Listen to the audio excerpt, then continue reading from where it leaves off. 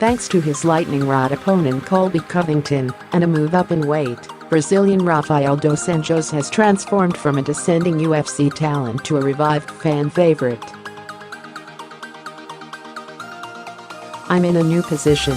Every single person I meet walking on the street says, 'Please kill Colby, please,'" dos Anjos said.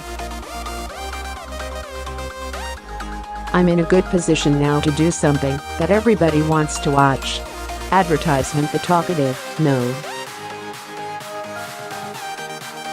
4-rated welterweight Covington, 13-1, has become Brazil's most despised fighter for his ongoing criticism of the country's fighters and its people, well documented in a November clash with former heavyweight champion Fabricio Werdum. In late October, the California-raised Covington had said in an interview after a bout in Sao Paulo, Brazil, "You're a dumb. All you filthy animals suck." The next month in Australia, Brazil's Werdum threw a boomerang at Covington, hitting him in the face. Should former lightweight champion dos Anjos, 28-9, defeat Covington on Saturday night in the pay-per-view co-main event of UFC 225 at Chicago's United Center, he'll claim the interim welterweight belt. He would also get a title shot at the division's champion, Tyron Woodley, who has been out of the octagon since July and required shoulder surgery. "I know what I have to do to win," dos Anjos said. "Nobody wants it more than I want it." Covington talks to promote himself in the wrong way. "I'm a cold-blooded fighter. Once you're in the octagon, there is no trash talking. Of course it gives you some extra, added motivation, but it's not something I'm going to carry into the octagon.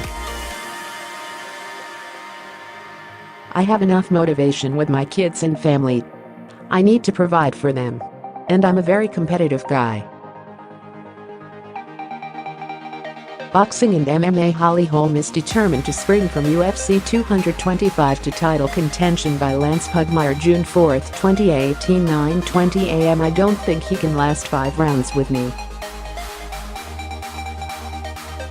Victory would complete a stirring recovery by dos Anjos, who labored badly through 2016 by suffering a foot injury that scrapped his scheduled lucrative lightweight title defense against Conor McGregor, then lost his belt to Eddie Alvarez in the midst of a battle to remain at 155 pounds. He lost again later that year to Tony Ferguson. Dos Anjos confided last week in a lunch with MMA reporters about cutting weight for the Alvarez fight. "I passed out 3 times, was out almost 3 minutes. Almost hit my head on the back of the sink. I could have died. That was the fight I shouldn't fight. I did. I lost. I learned. I tried again with Tony and couldn't stand up for 40 minutes after I made weight. I couldn't walk.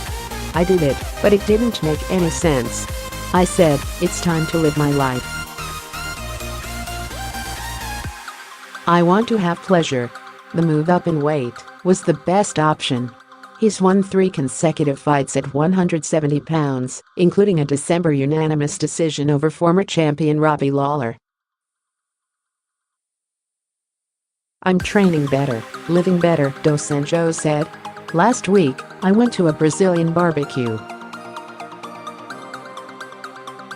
I'm eating, living a good life. Before, I'd sign the contract 11 weeks before the fight, and my weight cut would start, 40 pounds. That's too much." He embraces the desperation of his situation, admitting he badly needed a June 2017 victory over Tarek Saffiedine to postpone retirement talk, and that he's uncertain if a title opportunity will ever return if he succumbs to Covington. "When I lose a fight, I feel like everything I did was for nothing. But we learned from that," he said.